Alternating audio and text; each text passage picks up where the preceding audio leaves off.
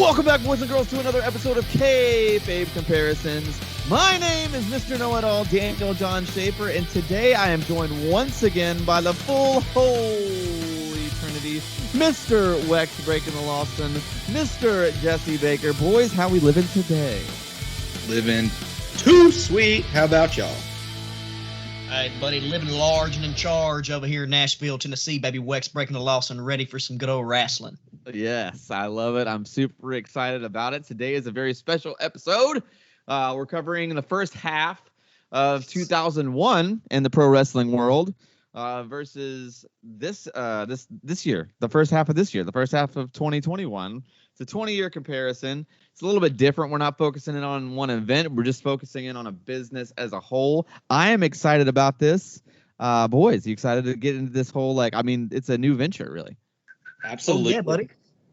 New formats, always fun. Lots of different stuff to run down. Lots of current stuff to run down. And also, I got a secret question that I did not prep the boys for at the tail end, and we'll see how everybody takes away from it. I'm excited about it. Wex, how you feeling, bud? I'm hyped. We got two of the greatest champions of all time we're going to get to go over, Kenny Omega and Stone Cold Steve Austin. So, can't go wrong. Can't go wrong. Yep, that's true. Not to mention The Rock is going to be involved in this conversation for sure. The Rock, for sure. Yeah, there we go. Let's keep it rolling here then. Let's just dive right into the news and notes for the current product today. I mean, I feel like everybody's talking about this right now, but we kind of have to, right? I mean, it seems like it's everywhere there. I still don't know until I see it with my own eyes, but, this whole CM Punk, Daniel Bryan, both going to AEW, that is, I mean, monumental on a different, this is massive, right? I mean, is it not? Wex, what are you thinking? Yeah, I'm kind of with you. Like, everyone, the rumors are going around and everything, but I'm not going to believe it until I see it happen. Yes, I more believe that Daniel Bryan is more than CM Punk. CM Punk's the one that I'm like, is he really? Because Daniel Bryan's an active wrestler who just recently had a contract, and Punk hasn't wrestled in years, so there's no telling. Yeah, Jesse, how you feeling about the Punk and Bryan situation? I am honest to God, I hope they don't do it at the same time, because I don't think that's conducive to anything. I think that you're wasting both kind of when you do it that way. Like, yeah, we want to see Bryan Punk, sure, whatever. There are places to see that in the past when they're younger. That's fine. But if they bring them in right now, both at the same time, like, why not pop two ratings? Why not pop two entirely long programs and then lead up to the penultimate, hey, we're going to do Punk Bryan in fucking New Japan a year from now. But let's debut Rampage with Daniel Bryan. And then when Dynamite has to change to TBS, let's debut that with Punk, or the other way around, or whatever the fuck. I'm just hoping if it is both of them that they don't do it at the same time. Yeah, I mean, I could see them. I don't think that that's going to happen just because, I mean, it's August or when they're doing All Out, right? Yes. All Out's in August, right? All Out's in September, I think. But Rampage debuts August 13th. So Okay, debuts. Okay. See, my biggest concern is that I think it maybe they both did sign, but Punk's not wrestling. Like they just signed him to do an appearance or something. You know what I mean? Fucking somebody to Ricky Starks or something. No, I don't even mean that. I think he'll just show up and pull a Mark Henry or a Big Show where he just shows up and waves, and that's pretty much it. And it's a segue to another wrestling angle. All Out is September 5th, so it's about 3 weeks from the debut of AEW Rampage on TNT on Friday, August 13th. And if Punk debuts anywhere, it's going to be in Chicago, right? Sure. Yeah, for sure. It has to be. Yeah. I don't think it's going to happen, dudes. I don't think the Punk thing's going down. I think if anything, he does some. Maybe Daniel, you might be right, but I don't think he's coming back as a wrestler. Yeah. Anytime soon. And if he does, I think he's just milking the fucking cash cow now, dude. Yeah, I think he's just loving the attention. He's not denying anything. I don't know. I mean, okay, all right. All right. So let's just say, let's do the what ifs. Wex, hit me with it. Hit me with your what if. And what if they did sign both of them, but one of them just went to go wrestle in New Japan for a while because that partnership and then let them have like a good run in Japan for like a year, and then bring them both together. Sure. Yeah, see, to me, you So bring in like so you don't waste the double pop, like you said. You don't waste it all on one. You can let one go away for a while, then bring him back. Or yeah, okay, I don't know, but you could totally do a like Punk, Brian, and maybe even AJ Lee and do this whole thing like you guys don't really know what you're doing. Like we'll show you how it's supposed to be done. This whole like heel big I don't know if that would really work just because like I feel like they're gonna be so over no matter what they do. Like they're both gonna be massive baby faces. I mean, like I got both one. the point. What about Good Bros have a falling out with Omega and the Bucks, and the new leader of that version of the Bullet Club, the ex-leader of the Straight Edge Society himself, CM Punk, they go fuck off to New Japan for a while and go back and feud with OG Bullet Club for a good little bit. Punk probably doesn't even physically get involved very much at all. Right. And then it builds to the big fat fucking denouement of Punk Omega a year from now. Yeah, I mean, I feel like if Punk comes in to wrestle, though, they're going to hotshot that angle. Like, and let's be honest, too. Okay, all right. Daniel Bryan and Punk come in at the same time. Who's the bigger star right away? Punk. 100% it's Punk. 100%. There's no way around it. And that's why that kind of sucks. Like, even though he hasn't wrestled in years, he's still more over. Of course he is. The thing is, why. I'm not even so a really big fan of CM Punk as a wrestler. Like I was never really that big of a fan. Daniel Bryan, or Bryan Danielson, whatever you want to call him now. I've always been a fan of him. So it's because Punk's little David Goliath story happened first and happened over Cena, and it was one of the first like other than wrestling journalism publicized. Like that pipe bomb promo was all over banned Twitter accounts, fucking ESPN, all that other shit. Before that was hyper common for them, and that was a lot of people saw it as a shoot, which it kind of was. It was just an allowed one. It was a work shoot. But yeah. It was what it was. But I mean, that was just a bigger deal. And then Bryan comes along a little bit later, and they should have given Bryan his moment in the sun when he deserved it, which was that same year. But it didn't happen that way.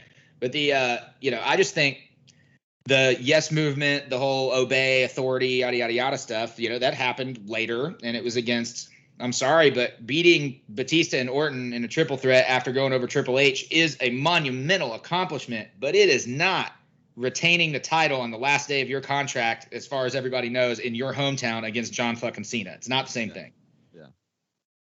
Yeah, it's wild. I mean, I feel like the better wrestling is going to be Bryan Danielson. Exactly. Yeah. No way around that. Like Bryan Danielson versus Kenny Omega is a much better match to me than Kenny Omega versus CM Punk. Right. But I mean, I don't know, man. I mean, I don't know. Like I could see CM Punk wrestling Hangman Page and it being really damn good. I could see him, working. Honestly, I could see him doing like a Cody thing now that Cody is who he is now. I feel like that. I don't know, man. I think there's a lot of potential. There's a lot of meat on the bone. Daniel Bryan, man. I think Punk could actually drag a decent, like a good wrestling match out of even like a Jericho. I think he could drag a good one out of. For sure. I think he might be able to drag a decent wrestling match out of fucking Moxley as long as he's allowed to carry it. Yeah, I would agree with that too. For sure. I mean, and there's meat on the bone there too. I mean, dude, honestly, Christian and Punk would be really damn good. Like, yeah, I'd be all into that for sure. So, yeah, I mean, there's a lot there, a lot of meat on the bone there. We're gonna keep monitoring the situation between Daniel Bryan, CM Punk, AEW. I will say, I read the dirt sheets that I read said that AEW is changing their booking plans upcoming because of them signing both of them. They're basically rewriting some shit because. I mean, they would have to. Yeah, they would have to, right? How do you not? You're just like, hey, we'll put these two guys on dark. It'll be fine. We'll just work them in. What if Punk just comes on and he's like the Vince of AEW? Like, what if he's just like the backstage, like he's the GM or something like that? You know what I mean? Like, what if he just becomes the authority figure that he hates? Like, I feel like he has the promo to do that. I don't know, man. I don't know. There's so much meat on the bone there. Honestly, I don't really know if there's much more news and notes because it's been everywhere. Is there anything else that's been happening in the current news and notes, Wex? I got one thing that can lead into another. Tomorrow night on AEW Dynamite, we have Chris Jericho taking on Nick Gage in basically a death match and a no rules match, and then got some big Nick Gage news over the weekend. We did. He was defeated by Mr. Woo Woo himself, Matt Cardona, dude. Zack Ryder. Insane. Dude, did you guys see the video of that though? Like I watched the fucking show. It felt so 1996. Like it was like that crowd, that they haven't had that large of a crowd in that hall ever, I don't think. Yeah. And they absolutely 110% had classic ECW vibes. It was electricity through and through. And I hate even using that word because it's so fucking cliche, but there's no other way to describe it, honestly. That card, top to bottom, was the shit. You had, first of all, Marco and Starboy Charlie, which had no right to be a great match, was fucking incredible. And that, as an opener, but also just as a match on the card, they tore it the fuck down. Yeah. Tony Deppen and Ninja Mac. Ninja Mac, I mean, I love Tony Deppen. Everybody does. Ninja Mac, though, that dude was busting out some weird, crazy flow style shit I've never seen. You have, in my opinion, match of the night, AJ Gray, the motherfucking truth, against No Flinch Nolan Edward. They completely brought it. They tore the house down. It was one of my favorite matches I've seen this year. Fucking Grim Reaper versus Too Cold Scorpio. Too Cold, at his age, first off, they used a joint as a prop throughout the match, which was fucking hilarious. Oh, love that. Second off, it was still a really well-worked match. Third off, that moonsault leg drop at Scorpio's age, he still nails it. Fucking just what a feat to watch. Incredible match. Alex Colon versus Drew Parker death match was some shit that you just do not see. Alex Colon got fucked up pretty early on, but it was amazing, amazing bout. They had a hellacious scramble, a great tag match where Mance fucking Warner and Matthew Justice, the Second Gear Crew, won the GCW tag team titles, rightfully so. Effie fought frontman Ja in a really crazy nipple biting match, and it all came to a head. MDK all fucking day, Nick fucking Gage versus Matt Cardona. And I got to say this, if anybody has any other takeaway than the fact that Cardona went above and beyond to prove that he wasn't there to fuck around, like he took so much punishment throughout that match. I was extremely, extremely surprised. And they had the crowd the entire fucking time. I mean, watching Nick Gage's entrance in that crowd, you thought he was never going to make it to the ring. Yeah. I mean, it was absolutely insane. And the entire time it kept up that same vibe. And like they had the crowd in the palm of their fucking hand. There was a lot of interference. There was a lot of gaga. But by the time Cardona fucking hit that Rough Rider and hit that 1, 2, 3, that's like fucking NWO heel turn Hogan level crazy. Yeah. Massive, yeah. It's so insane. So great. Insane, man. Insane. Really cool to see. It's awesome to kind of see Cardona be able to get to become like a pro wrestler, and not be like just a sports entertainment guy. And it's like, I mean, I'll be totally honest. Like I didn't see this side of him ever being a thing. So hats off to him for reinventing himself and like making himself worth more money now than he was before. I mean, he damn, is a dude. True fucking heel right now. He is generating real fucking heat. Love it. I love it. Yeah. It's amazing. It's a master just taking that shit in his own hands and using, I mean, let's be honest, using the internet to get himself over once again. Which why would you not? Yeah. Yeah, but he's been doing that from fucking day one. Oh yeah, breaking news. He's thinking about changing the name of the championship to the GCW Universal Championship, he said. Oh, I love that. I love that. I think that's so awesome. Also, for anyone that didn't catch the show, there were two really great theme song pops for me. They originally played his Zack Ryder theme and then switched to the Always Ready before he came out.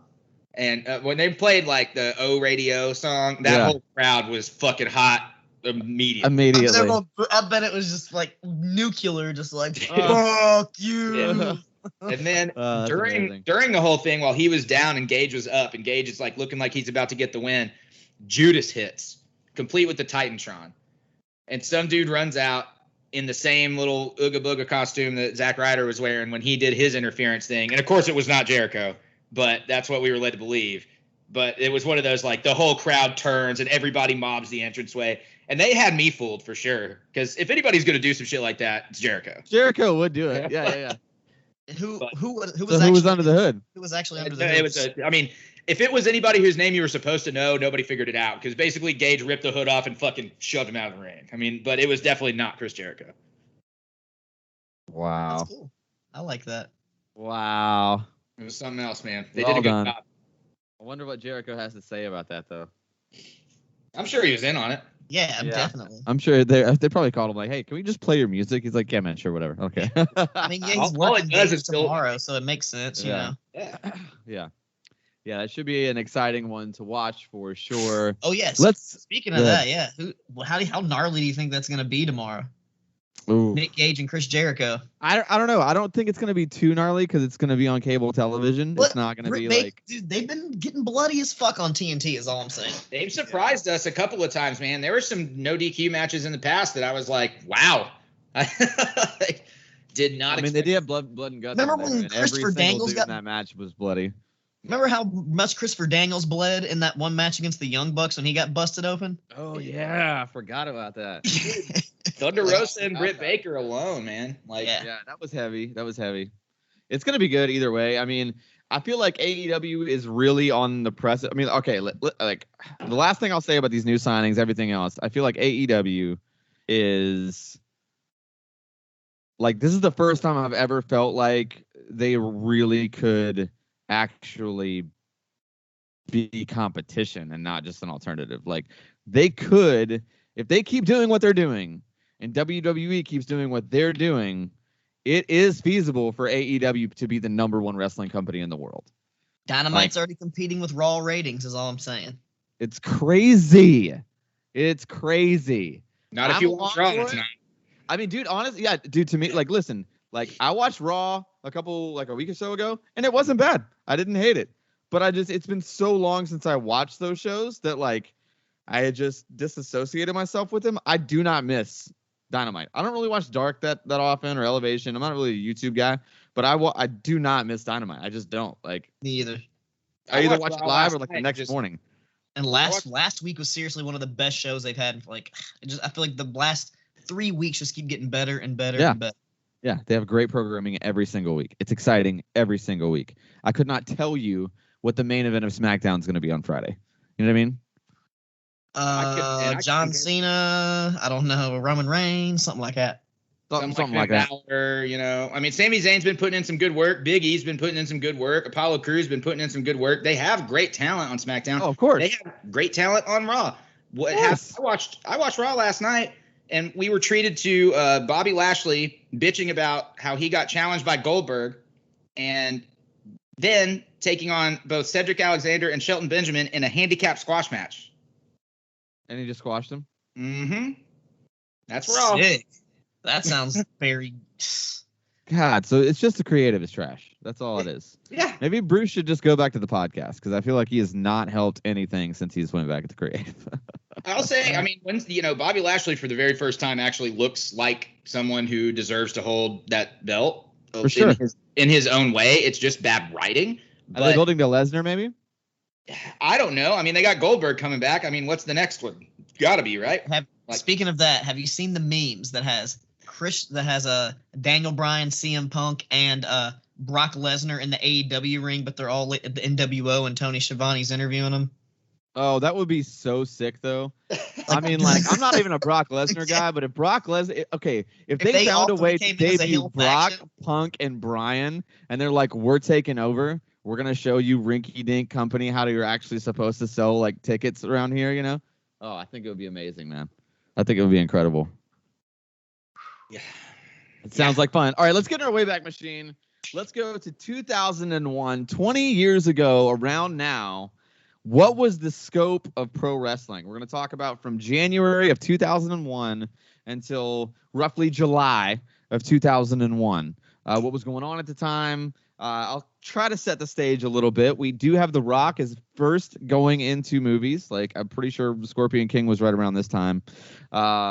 He's also doing episodes of like Star Trek Voyager. He's becoming Hollywood Rock for sure.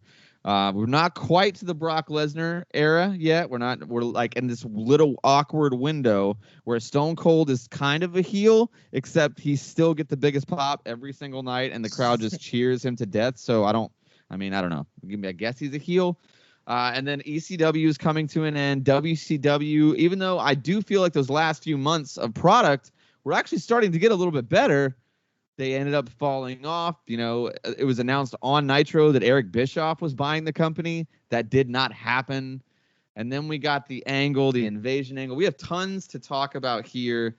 Me being the WCW guy, I am gonna just go ahead and chat a little bit about what was going on in January, January of 2001 for WCW. It was the Sin pay-per-view, and the main event there was Scott Steiner versus Jeff Jarrett versus Sid Vicious versus Road Warrior Animal.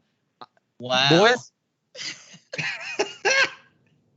I feel like that's a walk-off home run right there, describing what WCW 2001 was like. I feel like that's WWE Universe mode is what it sounds like. It does. It does sound like that. Is this the one where he broke his ankle? No, that was a different show. That was I want to say that was a no, maybe it was the next pay-per-view. I can't remember. I'll find out in a minute, but yeah, I can't remember either. But yeah, I mean, January of WCW. I mean, this is around the time where it's going down. January 2001. I mean, Road Warrior Animal in the main event. Like, what's happening here? I don't know. It was that show. That was the show. And this, okay, so the infamous GIF that we all saw as kids on America Online of Sid in jorts with his ankle literally dangling in his boot. That was this show. Yep. That's how WCW kicked off 2001. Jesse, what do we have from ECW in 2001? What was going on around January or maybe in the end of 2000? ECW's very, very last pay-per-view as a company. At least under its original rule, I don't count the rest of them, but guilty as charged on the 7th of January in New York, New York. They had a lot of different champions going on at this time. Rhino was the big focus of the company, and deservedly so. I mean, you had a young, svelte Terry Guerin. He really was ready to go. And Steve Corino, just incredible. They had a lot of prime talent. However, what they didn't have was a fully booked card. And they had some surprise matches. They had a lot of gaga at the front of the pay-per-view. There were like 7 matches that weren't matches. Probably not 7, more like 3 either way. We watched that. They're coming out of a lot of bullshit with TNN, and Heyman's not being able to cash checks. They're losing all of their name talent. There's a lot of crazy shit going on. Yeah. There was an unannounced main event. No one knew what the main event was going to be, but everyone kind of figured, and it wound up coming true, which was Jerry Lynn versus Rob Van Dam. Rob Van Dam had already been known to be WWF, but Classic. It was kind of a comeback. Hey, we know what's going on here. We're going to send this out with a smile. And RVD defeats Jerry Lynn in a singles match. Jerry Lynn accompanied by Cyrus, who we affectionately now know as Don Callis.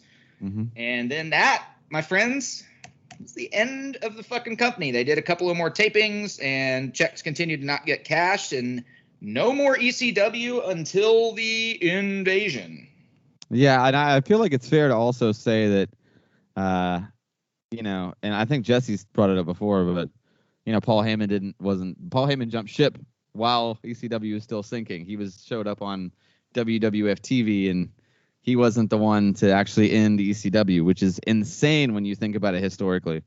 That Tommy Dreamer is the one that turned the lights out, and a lot of the guys didn't know that entire time that they had been bankrolled for years by WWF. And so a lot of them didn't know to negotiate or reach out, or that people had been watching them. They just figured, hey, we're going to come get our payday, our hotel, little Ratsky, and go about our merry way. And Balls Mahoney was never happier. Hey, Wex, what do we have in January of 2001? I think that's Royal Rumble time, right? Yeah, of course.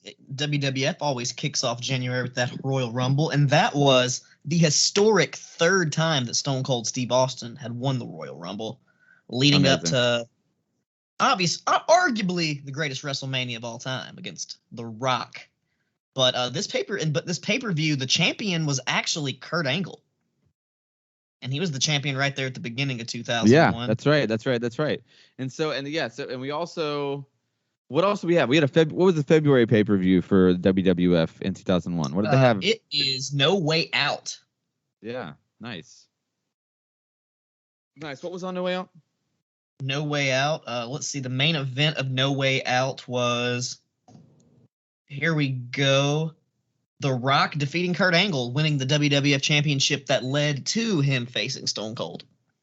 Yeah, Yeah. so I feel like in these first couple months, it's like very clear to see now that we've talked about WCW, ECW, and WWF why WWF handedly won. I mean, not to mention just the money, obviously, but like I know ECW didn't really have a dog in the fight as far as that goes, but I mean, come on, man, like that February pay-per-view was the second to the last Attitude Era pay-per-view.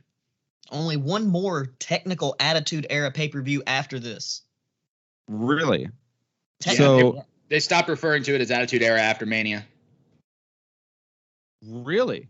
Yep. So WrestleMania 17 was the very last ever. Well, because they got rid of Attitude Era. There was no more fucking competition. Everybody else was gone. So they're like, yeah, this is just our era now. This is Captain Monopoly money right here. Captain Monopoly money. They owned WCW, so it was just the. Also, you got I'll throw out the real main event of No Way Out, not the last match. Triple H versus Stone Cold Steve Austin in the 2 out of 3 falls match. That was the real match. Oh yeah, is that 3 stages of hell? No, 2 out of. I mean, it was just singles, a street fight, and a cage. Yes, and then they became tag team partners soon after that. That is correct. That match though is fantastic. Like, I think that's probably top 5 Stone Cold Steve Austin like bell to bell wrestling matches. Honestly, yeah, that's great. That's pre-heel turn too, so his pops are still warranted. Still very much. And then on the WCW side in February, we had Super Brawl Revenge, the very last ever Super Brawl. And that was actually from right here in Nashville, Tennessee. Municipal Auditorium, baby. The main event on that card was Scott Steiner versus Kevin Nash. In a 2 out of 3 falls, loser leaves WCW. If only everybody knew how that was going to turn out. Yep. That's and I do believe that Kevin Nash did the job happily to go home and collect his mailbox money, as Jim Ross refers to it. Yeah, that's great, man. That's great. And we were all done with ECW, right? So I'll just keep it rolling here. In March, right around the time you're getting ready for the road to WrestleMania, we get Greed from WCW. You know what? I'm going to say it, though. I remember like reviewing this, and it wasn't a bad show overall. Like, I felt like the show was actually pretty good. The main event, Scott Steiner versus DDP. Main event's trash on the show. But there's a couple other, I think like Jason Jett, who was Easy Money, had like a really good match with somebody. I can't remember who he worked on that card, but Kwee. Yeah, Kwee. That's right, Kwee. And it was a really good match, though. I remember it being pretty awesome. And that was actually the opener. Team Canada versus Hugh Morris and Conan was surprisingly pretty good. Shane Helms versus Chavo Guerrero Jr. was super good. There was some pretty good stuff on there for sure. Dustin and Dusty Rhodes versus Ric Flair and Jeff Jarrett was pretty funny. I remember it being very gaga. Yeah, that was my favorite because you got those promos of Dusty back there like eating a bunch of burritos, getting ready to make sure they had to suffer. Yeah, because it was like a kiss his ass match or something like that. He was just he was just gonna make sure it was. You know what I mean? Hey now. Yeah, so that's pretty much where we were at there. What did we have post WrestleMania in WWF? So post WrestleMania, I want to say it's Backlash, of course, Backlash, and that is starting off in they have 2 pay-per-views in April technically because WrestleMania was April 1st, right, and Backlash was April 29th. But Backlash, it was a main event winner-take-all tag team champion match with Stone Cold Steve Austin teaming with the 2-man power trip partner Triple H, and they took on Brothers of Destruction. And we watched that together recently, and it's one of those long matches that you're kind of like, fuck for a while, but then it gets really good, and you get all the classic shit going on. You're like... It takes them a long time to get it going. Yeah, it is. But that was... Yeah. And I'm looking up on the Wikipedia right now, and Jerry Lynn was actually in the dark match of that show, and he beat Crash Holly. Oh, yeah. That's why he, I think, was he in dark or was he on Sunday Night Heat? Because I seem to remember him bitching about that on WWF. Well, it just says dark match, but I think I think all the dark matches were Sunday Night Heat matches. Yeah, I think that's correct. The way. Yeah, the pre-show. I mean, yeah, I think that's pretty much. Oh yeah, and Rhino versus Raven for the hardcore. That was a great match too. Rhino versus Raven. Oh, that's right. That's the one where he the shopping cart and he bores himself through the shopping cart. That was a pretty sick match. Yeah, we reviewed the Duchess of Queenberry's William Regal and Chris Jericho. That's a great match. That was a great. We just covered that pay-per-view recently, didn't we? Yeah, exactly. Oh yeah, we covered most of these, but the 30-minute submission match, like a lot of good. That's a pretty good pay-per-view. And then you have that random Matt Hardy, Christian, and Eddie Guerrero triple threat match that was like towards the end of the card. Yes, but it wasn't bad. No, it wasn't bad. It was just random and didn't fit the placement, but that was a solid pay-per-view. So, and at this point, they got no WCW or WWF to deal with, right? Yeah. No WCW, no ECW, none of that. Yeah, nothing. So it's just WWF is the and they haven't put into full swing any of their acquisitions from WCW either. So far, we've seen them in an opera box at Mania. Yep. Yeah. And that's really what I was gonna say. Which is so like degrading, by the way. Like I feel like that's the worst part of that whole Mania is that like why would you even do that? Like I don't know. I get it. Seems like a Notice it was bad all call. like fucking low mid carders, like nobody you actually knew was there because they're Well, like. also, I mean, the tag team champions are there. I mean, the U.S. champions there. It's, I mean, I But- don't know. It's not but nobody's, but Was Booker T there? Was DDP there? Was like the main event guys there? yeah, probably not. They just didn't know what the fuck they were doing. I'll tell you who was there. Goddamn Johnny Ace was there. Johnny Ace, yes, Johnny Ace was there. He was there indeed. Okay, moving on then. What do we have? When did we actually start to get that invasion angle going? When was that? The invasion. Oh well, the thing is, the next pay-per-view we get in May is a very special pay-per-view. The one that only happened in England, Insurrection. Oh, it's very special. Very Well, 'cause, I mean, it's not special because it was there. They don't really. And All right, technically, what happened? What happened in Insurrection? The Undertaker was he actually had an opportunity to win the WWF Championship. He had to have a handicap match against the two-man power trip, but he had to pin Austin. He won, but he didn't pin Austin, so didn't win the belt. And then another pay-per-view in Judgment Day. Yes, they also did. That's the next one right there. And Judgment Day 2001 is it's another classic.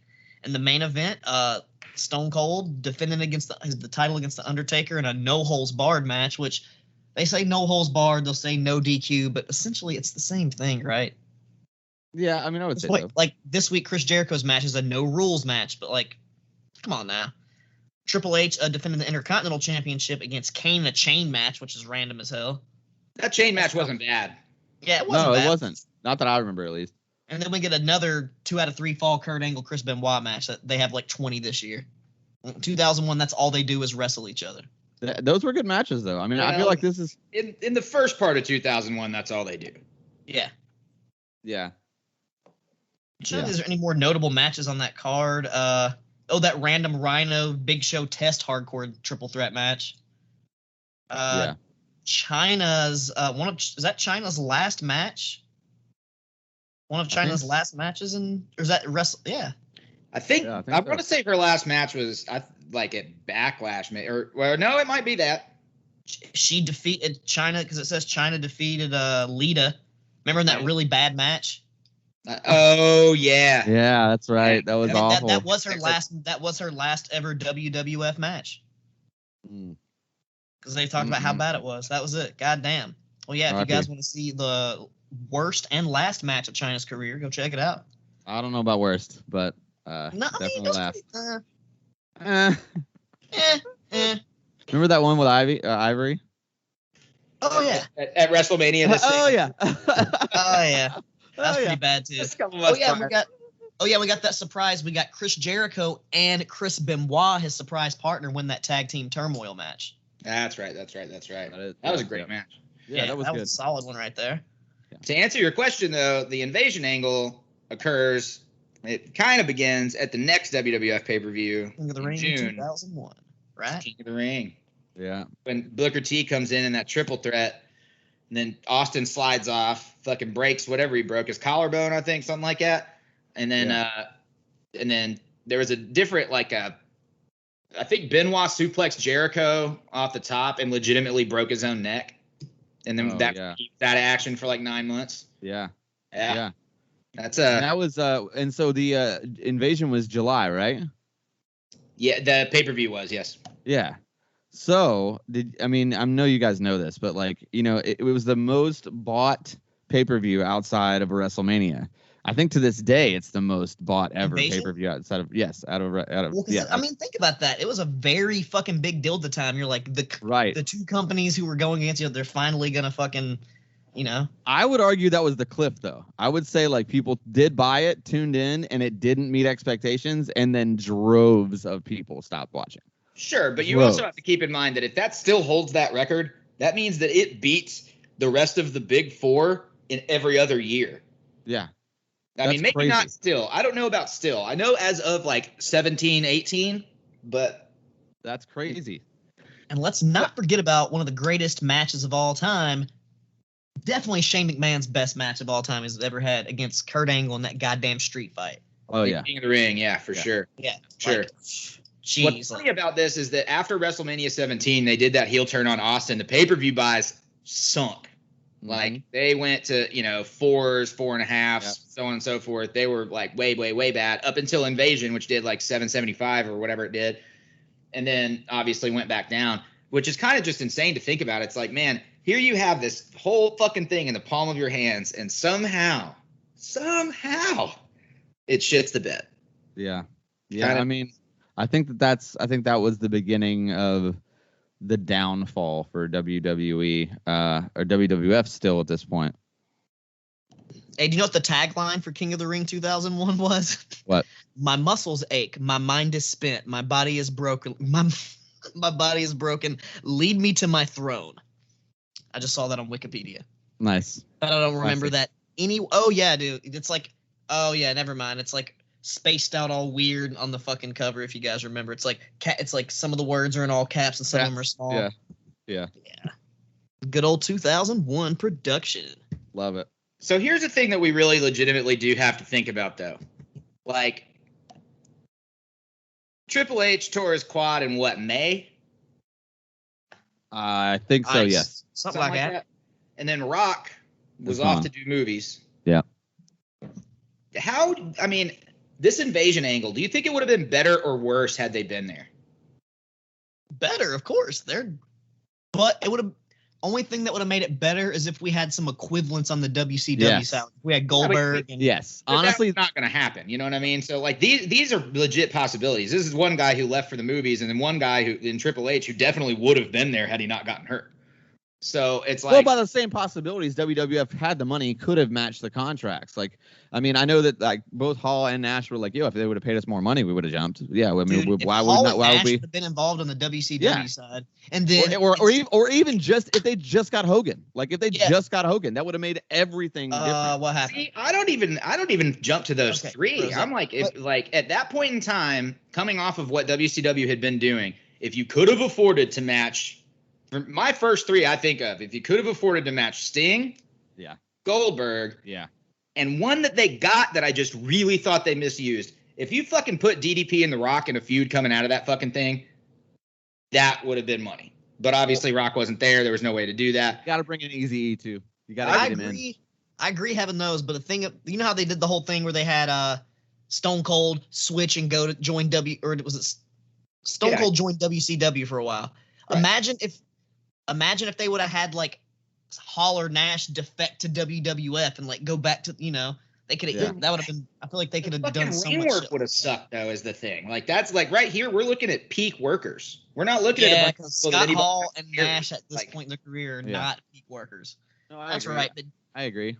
Well, we don't need them for the working. We need them for the angle, the story part. They can just. I think if you bring in Flair and Eric Bischoff alone on the mic and able to do more there with that, more of Eric in the back persuading older WCW guys. Maybe like I know the guys fought it, but like if you would have gotten Jericho to come back over to that side during the angle, that would have been great. If you would have gotten Eddie. Yeah, or Eddie. Yeah, I mean, or Benoit, or any. I mean, honestly, any of them. Like, I feel like it would have worked out great. Dustin Rhodes. They brought Goldust back as Dustin. That was a big mistake. Brought Goldust back as what was that fucking? Never mind. That gimmick was Seven. No, Seven. Yeah, that was it. Seven. Yeah, Seven. Yeah. Or if they brought it, what if hypothetically, a couple months into the invasion, the Raw right before the pay-per-view. The WWF's new star, because they're unsure about Stone Cold, JEFF. Oh, my God. I listened to My World Today. I did, too. I haven't listened to today. Yeah, his fucking vignettes were sick. Oh, Dude, man. that would have been so fun. Well, okay. I think we've pretty much well covered what was happening in 2001, the face of the company.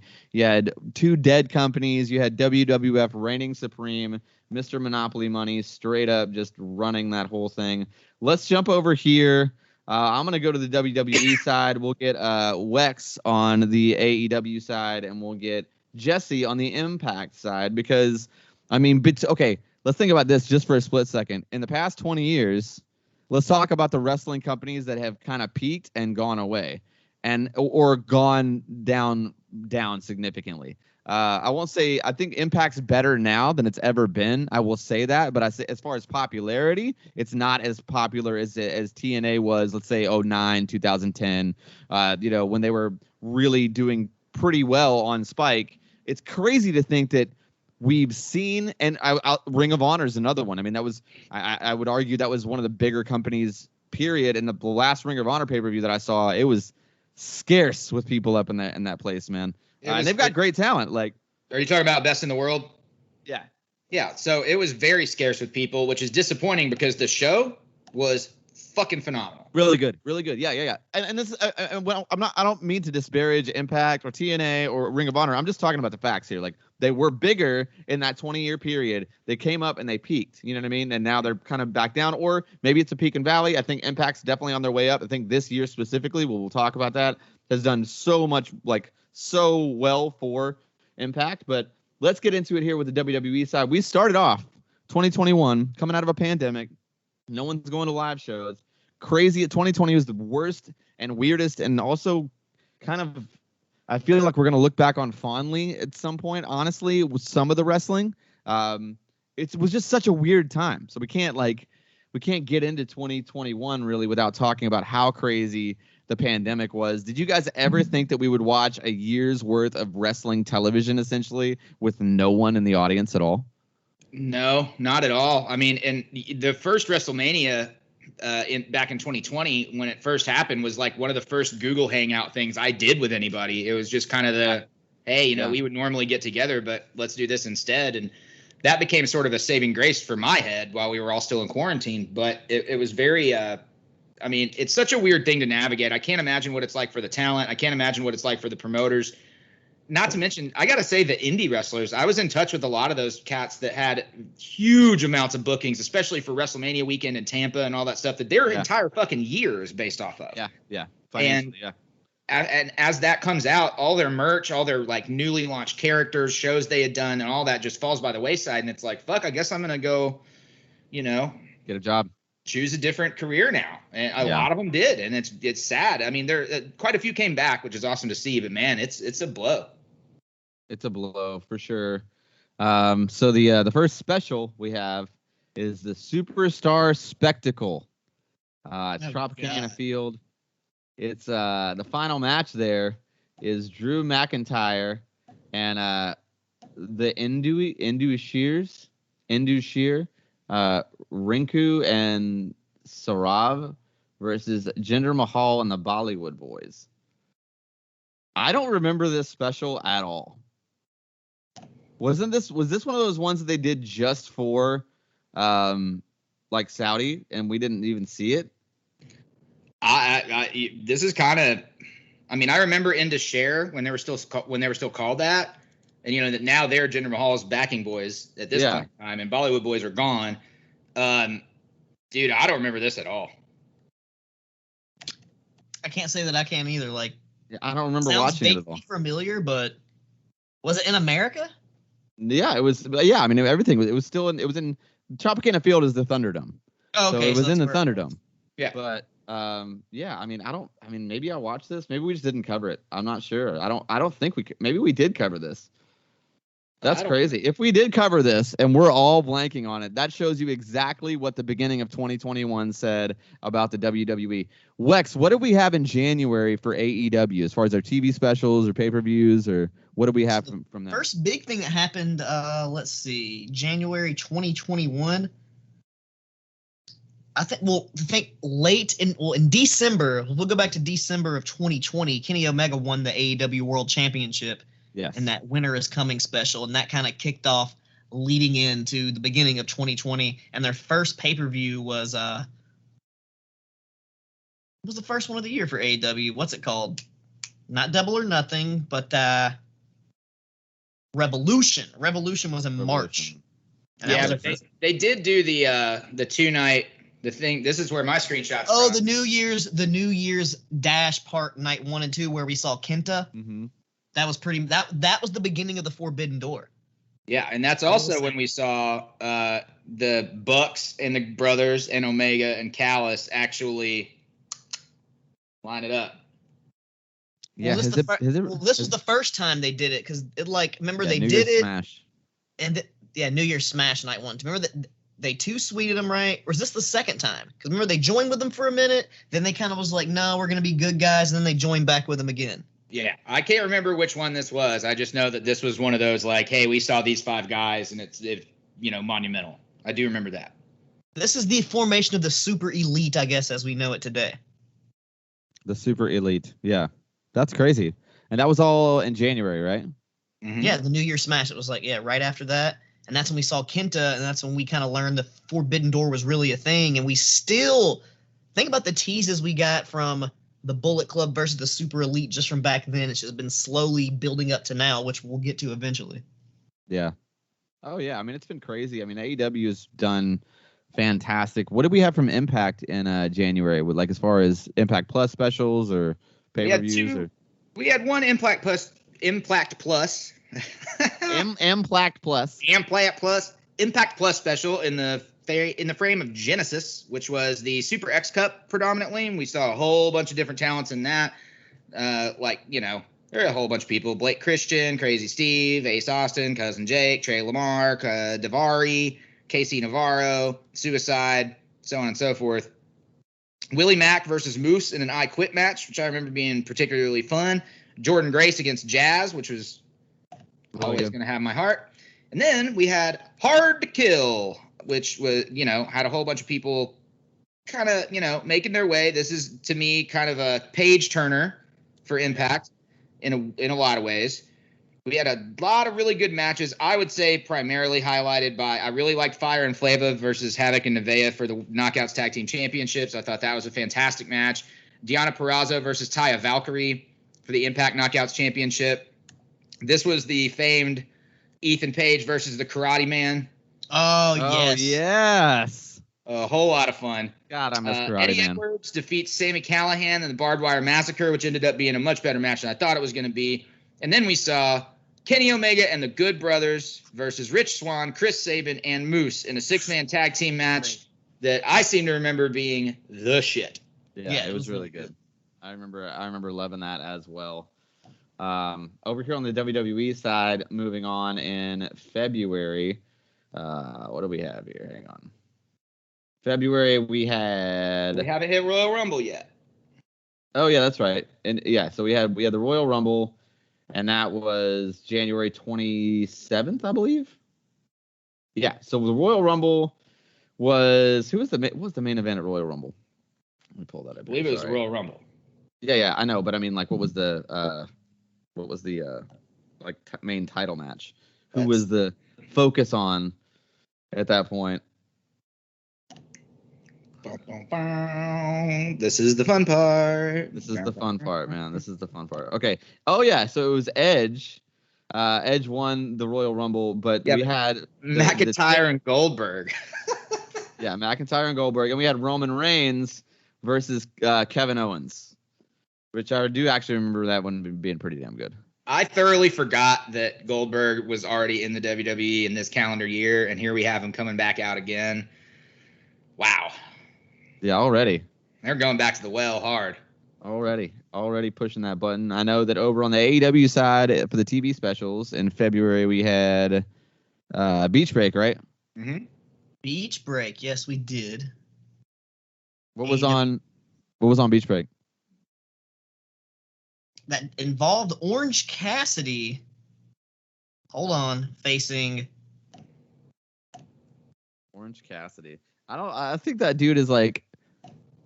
I feel like 2021 has to be his peak year, or he's gonna have to change. I mean, something's gonna have to change. I love the gimmick. I know it's super over. I'm not saying it's not, but it's he's a gimmick guy, right? I mean, it can't last forever, right?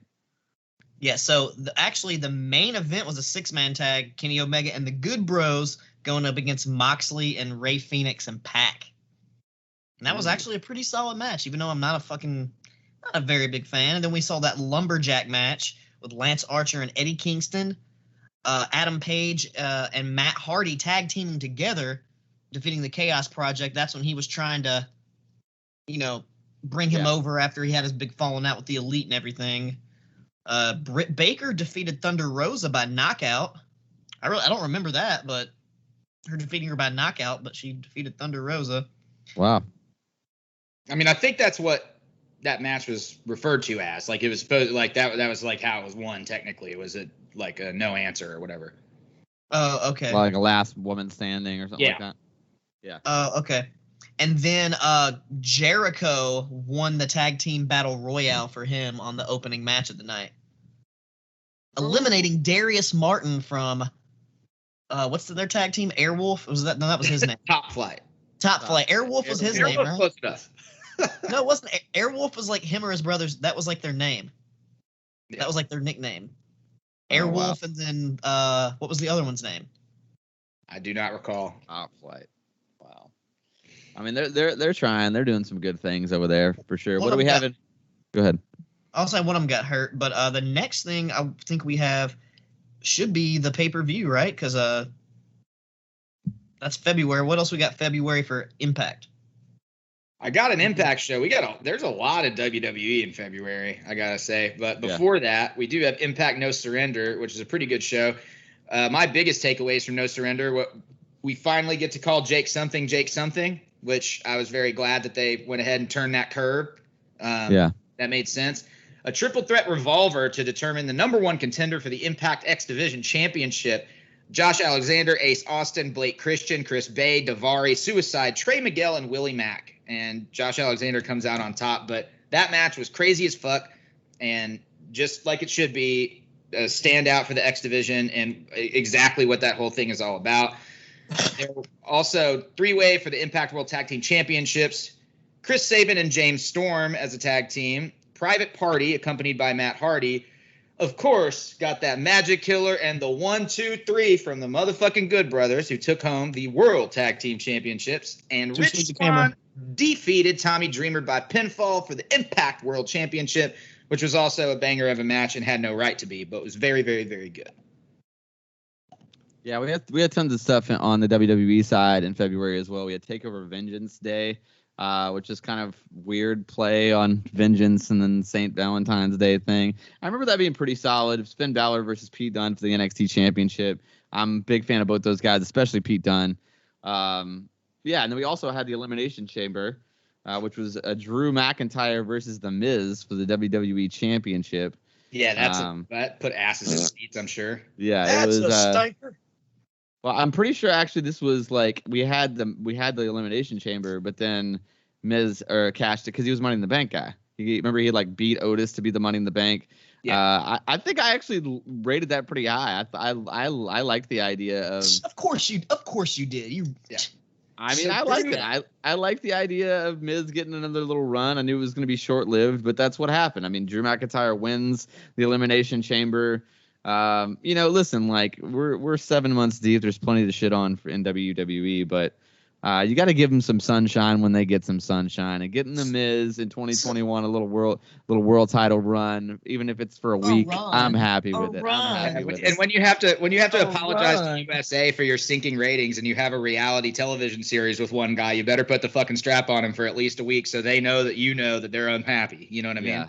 Yeah. I mean, absolutely. Honestly, it's just like Kane's title reigns. It's not really a run. It's there to serve a purpose. It goes into the record books. The Miz, the two-time WWE champion. It is what it is. Moving on. How was March looking? How was WrestleMania getting close to WrestleMania season? How did it look for AEW in March? What were they doing in March? Well, AEW in March, they had two big things. Of course, first they had their big old pay-per-view Revolution, which saw Sting return to the ring for the first time since 2015, even though it was a cinematic match. Yeah. Even though it was a cinematic match, it was still his first wrestling match televised weather be on what the fuck ever. But yeah, you like that? I see the little casual thing. Oh, doing it's so good. Thing. I like that. We saw the infamous, amazing match, the exploding barbed wire death match that didn't have a very good explosion, but the actual match itself was pretty good.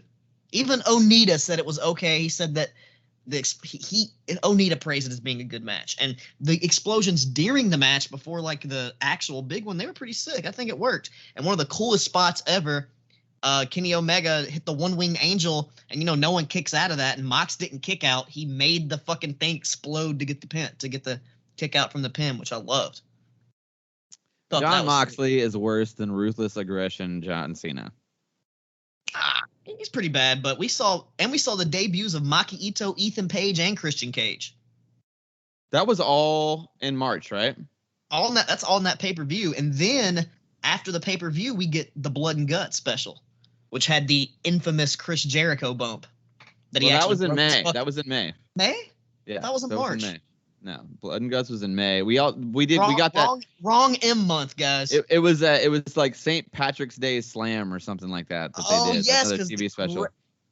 The greatest picture meme ever came out during that special with Pentagon Jr. with the little leprechaun hat on. Mm-hmm. Yeah, I love that. What did Impact do during the ramp up for like WrestleMania season around this year? So they had a show called Sacrifice. It was on Saturday, March the 13th. It was yet another special. Wasn't, Impact's been pretty smart, just like AEW has, about spacing out their actual pay-per-view events, like the big money stuff. A lot of the same multi-person matches that we see, all of the time. There was a hold harmless match with Eddie Edwards and Brian Myers, which I thought was kind of hilarious because Brian Myers was like amping up an eye injury, which, harkening back to Eddie Edwards getting his orbital bone broken legitimately by a baseball shot by Sami Callihan and all that fun shit. I thought that was fucking hilarious. It was a really great X Division match with Ace Austin and TJP. Yeah. To me, this is like development stuff for them to really get out. One big change that we did see here, we saw the Good Brothers unfortunately lose the Impact World Tag Team Championships to the one and only Argyle Never Loses Finjuice, and that was a huge move. I think the having a New Japan Tag Team come over and take it. Obviously, there's background between these four guys, and I thought that was genius on the part of Impact Wrestling. And then Rich Swann versus Moose to unify the Impact World and TNA World Heavyweight Championships, and by unify, it's the same as it was when they unified WCW and WWE, or it's just two belts. So, yeah. More gold to be boggled down with, more shit to carry through the airport. You know what I'm saying? I love it. I love that idea, though. I actually always like the two-strap thing. It looks cool, especially now that you're doing the whole belt collector gimmick, but we'll get to that shortly. Let's talk about March and gearing up for WrestleMania season here. We had Fastlane, also from the Thunderdome. And it was Roman Reigns versus Daniel Bryan for the WWE Universal Championship. It was the first ever event to air on Peacock. It was when the WWE Network we were running everything on there. It was actually you were still able to watch it on the WWE Network. I think I did, but I also did have Peacock at this point. So it's also, you know what? I feel like they caught up pretty quickly. We were all worried about the transition from the network to Peacock. And, the first month or so was a little rough, but, they've caught up. Everything's there. I like the interface. I like Peacock as a whole. I think there's lots of stuff on there worth watching. It's worth having. I enjoy it. It's sad that the only thing that I can really remember about Fastlane is that it was on Peacock. And that's what that tells you, What do we have? What do we have in March for? I guess we have. March we already covered that for AEW, right? We did miss one very important thing, the Crossroads special, which we saw the debut of Paul White and that Shaquille O'Neal tag team match. Yep. And we saw the final Ryo Mizunami versus Nyla Rose in the women's championship tournament, and yeah, that was a pretty.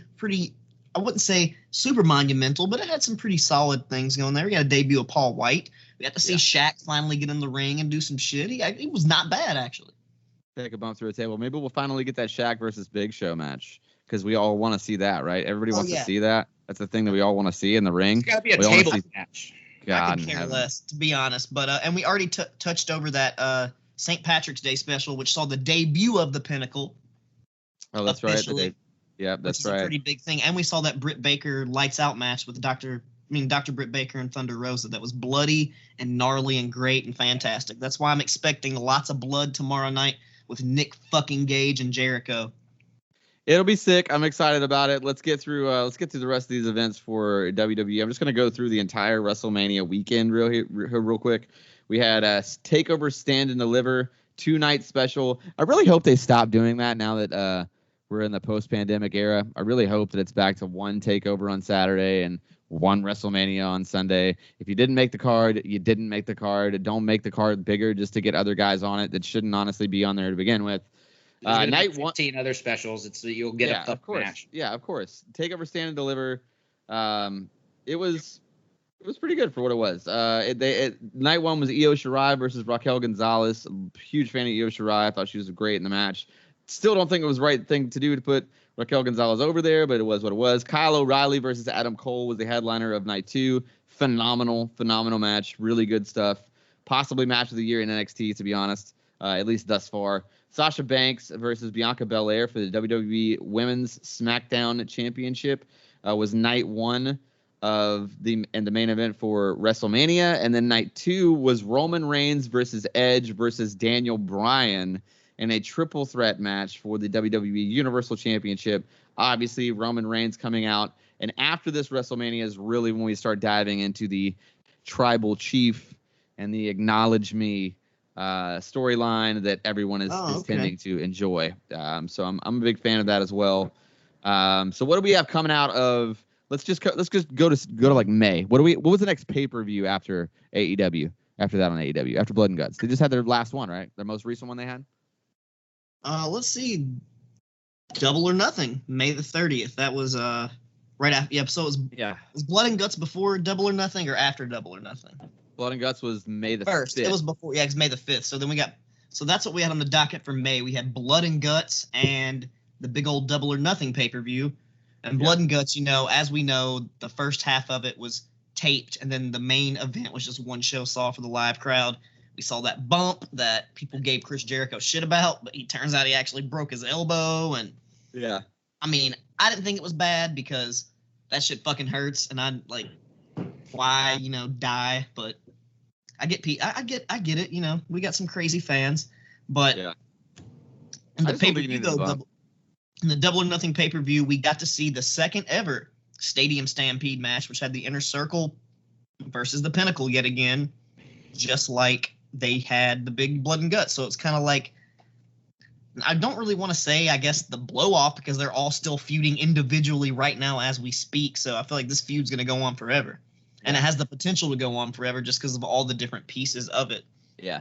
But it's not bad. I mean, I think that the work is good. I mean, I think that the booking is working, especially the long-term booking. I mean, we're getting this Nick Gage match because still of Pinnacle versus Inner Circle, essentially. Yeah, although I feel like the Inner Circle is actually going to slowly – I don't think they're going to break up. I think they're just going to slowly disintegrate. Like, I think that, Conan's now full-time, and he's going to be with, essentially with Proud and Powerful. I think Sammy's just going to go off and be a solo guy. Hager's probably going to go do some MMA and come back as a solo guy. Jericho's probably going to transition into commentary relatively sooner than later. And I'm fine with that. I don't think Inner Circle needs a big breakup angle or anything, but Yeah. Well, I will say on that pay-per-view though, on the fucking pre-show, we got that fantastic Riho and Serena Deeb match for the NWA Women's World Championship. That was like the best pre-show match that I've seen in years. It was very good. Yeah, I remember that as well. Yeah. We got the Young Bucks defending the tag titles against Jon Moxley and Eddie Kingston. Which Eddie Kingston, I feel bad for him having to be with Jon Moxley because Eddie Kingston carries that team, in my opinion. 100%. On the mic, in the ring, yeah, everywhere. Jungle Boy won the Casino Battle Royale. Cody Rhodes beat Anthony Ogogo. Fucking garbage. And I sent them a picture the other day. I did one of those mystery shirts on Pro Wrestling Tees, and that's the shirt I fucking got. Cody Rhodes versus Anthony Ogogo. Yeah. I'd be so bummed. Yes, I'm very upset. And the funny thing is the first shirt they sent me was too big, and it was a sick Road Warrior shirt. And then I sent it back, and I was like, oh, y'all got me the wrong size. Like, all right, we'll send you a new shirt. It took months, and then I get a fucking Cody Rhodes, Anthony Ogogo shirt. I would literally write. I would not. That would not stand.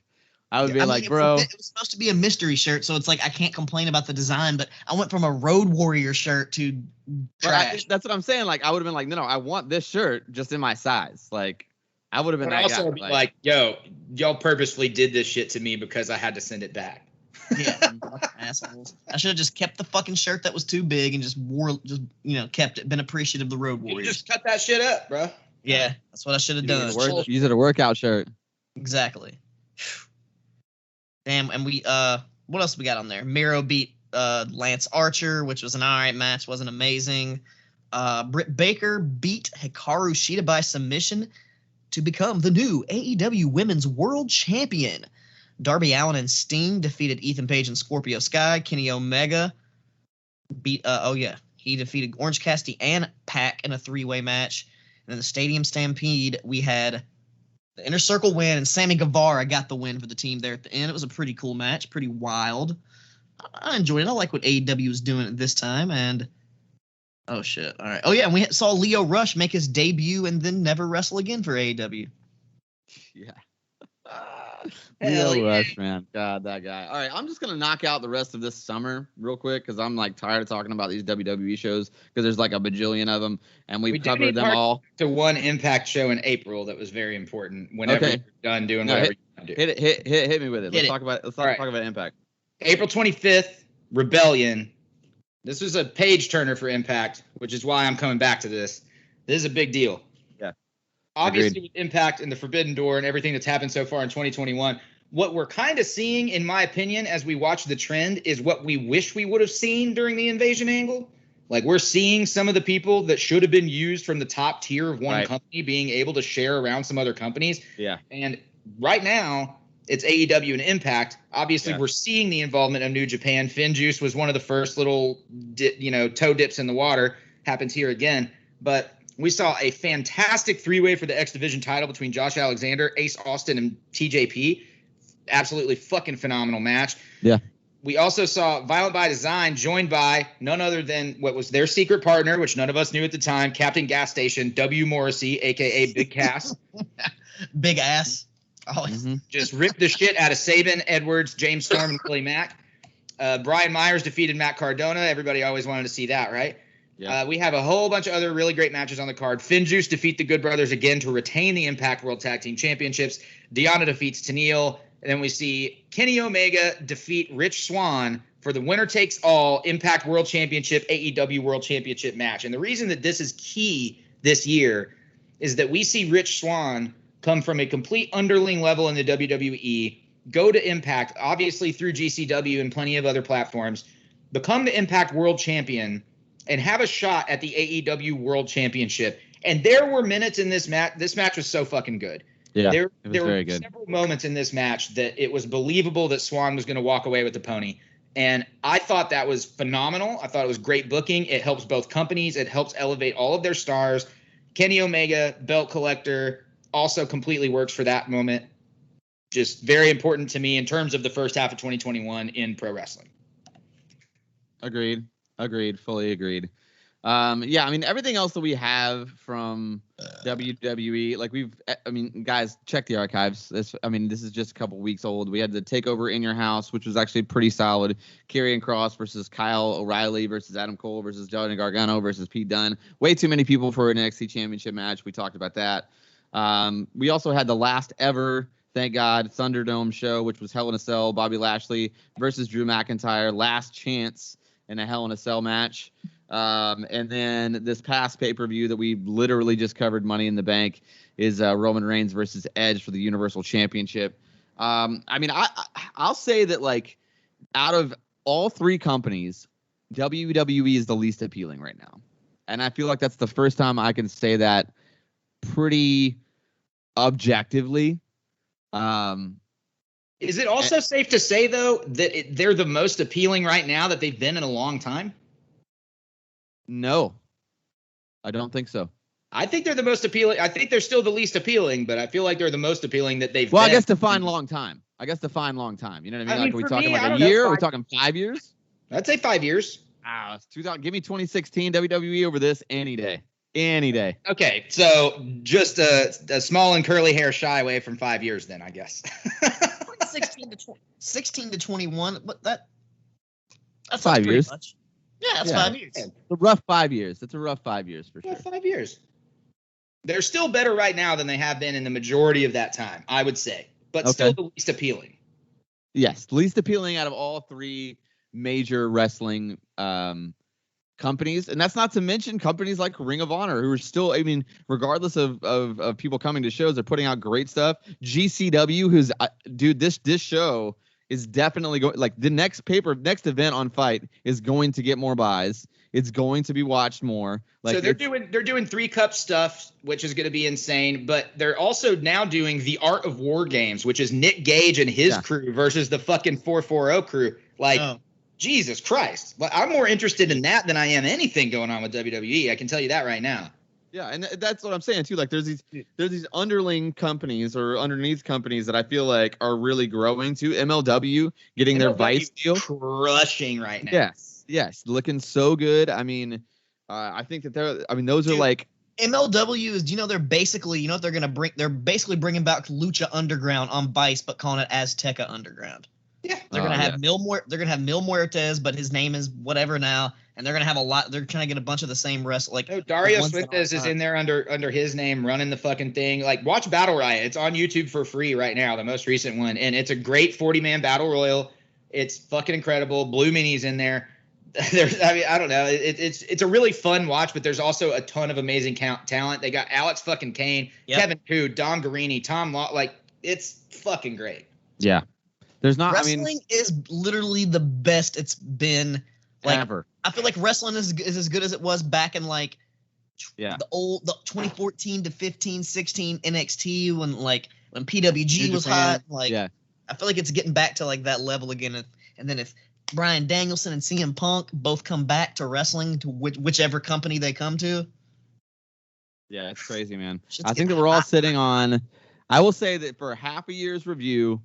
I'm gonna be honest. Like, even though 2001, arguably is greatest WrestleMania, like, I would rather have, as a wrestling fan, I'd rather have this first half of a year than 2001's. Am I? Yes. Is it unanimous here with the kayfabe comparison?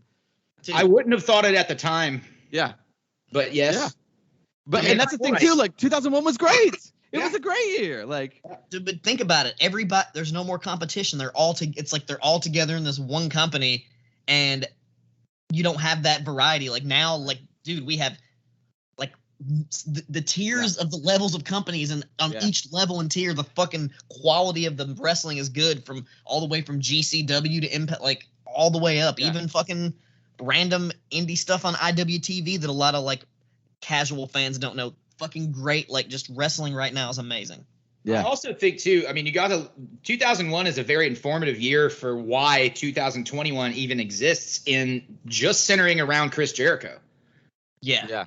That's crazy. You're looking at the fact that without Stone Cold doing what he did, without Triple H being injured, without all of that playing in exactly how it did, you look at the tail end of the year as the unification of the titles, and he becomes the first undisputed champion, which very legitimized Chris Jericho in the eyes of everybody. It made him a main eventer. 100%. And then now he's the centerpiece around the beginning of this promotion that's now, closing in on 3 years old or whatever. But at the same time, like, a lot of it does revolve around the shit that he does. And it's huge. And the New Japan, him going over there. You want to talk about opening the forbidden door? Let's be honest. Like, that's really when it happened. No, it's because Booker T and Vince McMahon screwed Stone Cold. What? But yeah, that's the I don't know. It's humorous for me to see. So here's my $1 million question. Okay. And you guys can take your time. Daniel, I'm going to start with you. Wes, you can go second, and then I will close it. Okay. Who do you think was the breakout star, or not? I wouldn't say breakout star, but the most defined star of both years? 2001, 2021. The one who has owned it and turned it into something that I think no one thought they would have. Well, thus far, I mean, we're only halfway through the year, but I would say thus far, in WWE, it's Stone Cold Steve Austin. I mean, it has to be. I mean, I mean, even though it was a massive failure with the heel turn, there's still a lot of hype. I mean, during this quote unquote heel run, he's still got a lot of eyes on him. He's still the most popular, wrestler in the world. I mean, he's still the number one. He's still Stone Cold Steve Austin. And honestly, 2001, some of his best promos and funniest shit. For sure. Now, as far as 2021, I don't understand. I don't know how you can't say.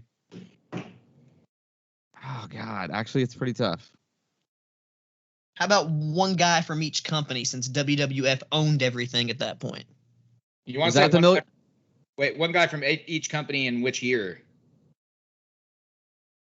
Well, yeah, no. I like the idea of, I think, one guy overall. And so to me, it's tough. It's tough. I mean, it's either, God, I mean, it's got to be Kenny Omega. It has to be. I mean, the belt collector, the crossing the lines. I mean, I think it's I mean, also not to mention, like, the guy's never been a WWE guy ever. And that's a massive thing. Like, that matters a lot. Like, it's got to be Kenny, but I mean, my honorable mention would be Roman Reigns. I think he's really turned the corner this year. I think that he's this tribal chief, this real true heel run with him is the best thing he's ever done, and it's the best thing that WWE has going. I mean, period. That's where I'm at.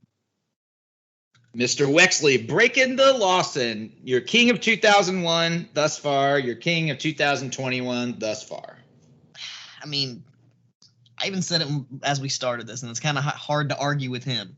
Stone Cold, I mean, he had so much momentum up into that point, 2001, and Kenny Omega, same thing. And like, they basically were the top guy. They at this point in that year, at this point this year, they are the top guys in the wrestling industry, respectively, for both years. Like, no doubt about it. And yeah, I mean, it's kind of obvious, but it's kind of hard to argue with that shit. I mean, Austin 2001 was his last great run, I think, even though he technically went into like 2003 legally, but not really. But 2001 was basically his final run, and it was monumental. But the thing is, for Kenny Omega, this is definitely not his. This is like his. I feel like he's in his prime. He's going to be around for a little while longer. Oh, for sure. Yeah. I mean, he's got. That's the only difference. Is Austin. This was like the tail end of the short-lived Stone Cold Steve Austin character career, and I feel like this is like the genesis of Kenny Omega in America finally becoming the top guy. Yes, I would agree. Well, I can't disagree with the 2021. Obviously, Kenny Omega has bridged bridges, and the reason that I say nobody would have expected it is if you watch that first iteration of AEW for a long time, I think everyone was complaining that they weren't seeing what they thought was going to come of Kenny Omega coming to America and, transcending New Japan and so on and so forth. So I think it was a pleasant surprise once he did how many different records kind of got broken. I do disagree on 2001. It's Angle. Kurt Angle, dude. Angle for okay. I can't disagree with that either, dude. You also got to say, by June of 2001, dude's been in the business on a professional level for less than 2 years. Yeah. Oh, yeah, that's crazy.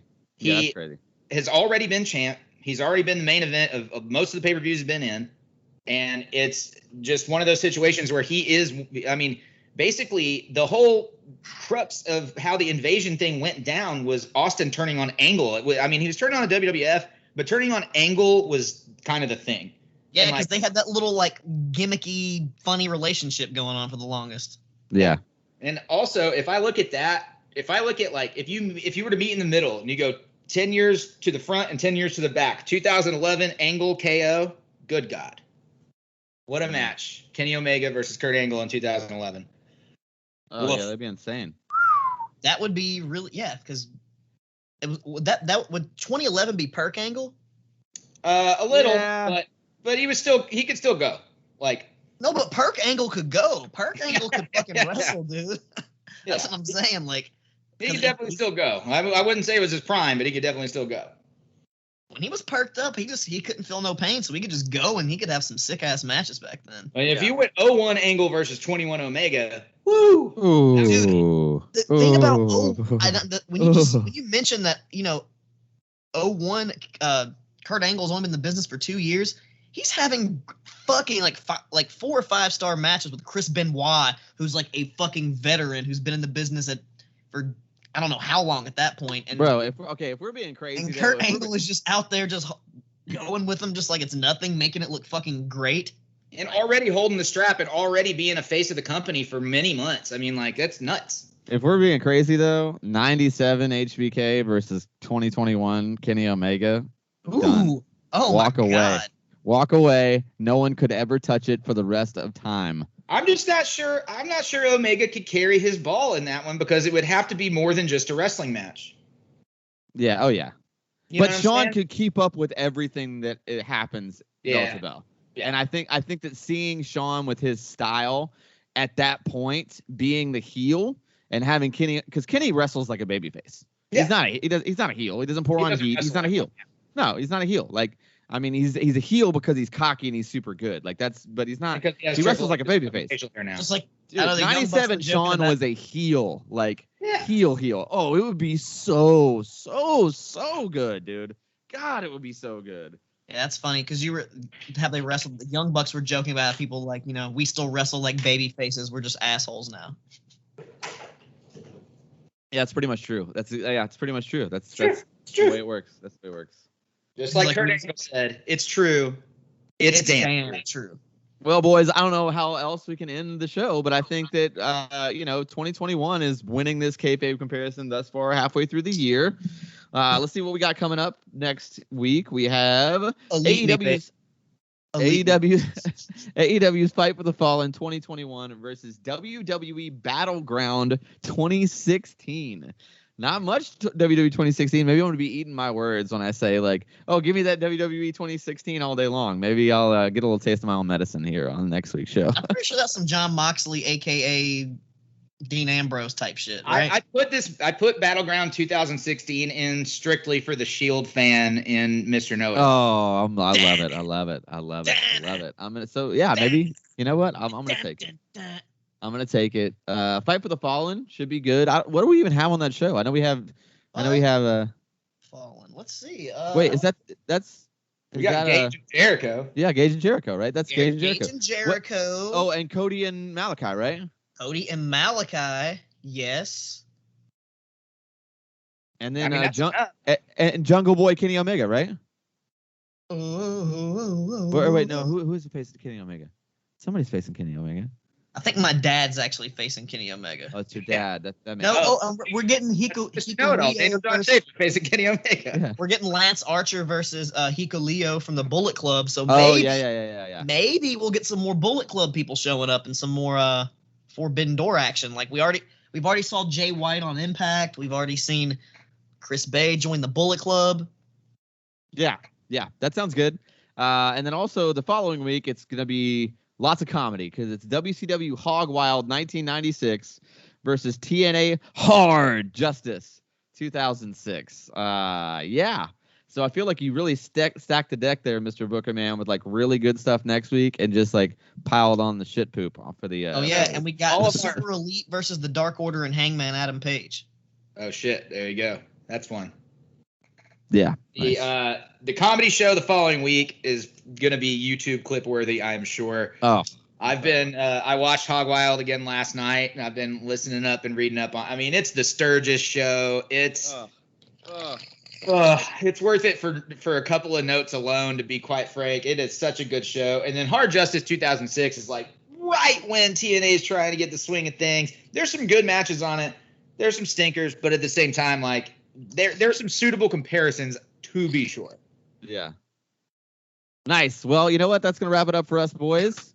You can always find me at Daniel Daybreak. You can always find the show at KFabeCom on all the socials, except for TikTok. It's at KFabeCom Pod on TikTok because Wex is an imbecile. Yeah. You can always be sure to hit that subscribe button. Leave us that 5-star review. Go ahead and click on that link to our Patreon account. $4.99 gets you this show in video format the day we record it, or most of the time the next morning because I have a life. And then, there's some other good stuff up there. We got some bonus shows.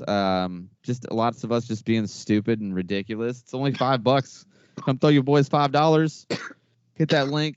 Jesse, where can people find you, man? You can find me at Jesse Baker Nash on Instagram and Twitter, and you can find me at regular old Jesse Baker on Facebook. You can also look up the 50 for 50 series at exitin.com, which baby, quite soon may or may not include one of my cohorts here, and the Springwater Supper Club and Lounge, where August 17th, 10 p.m. door, 11 p.m. showtime, $20. You can buy tickets at thespringwater.com.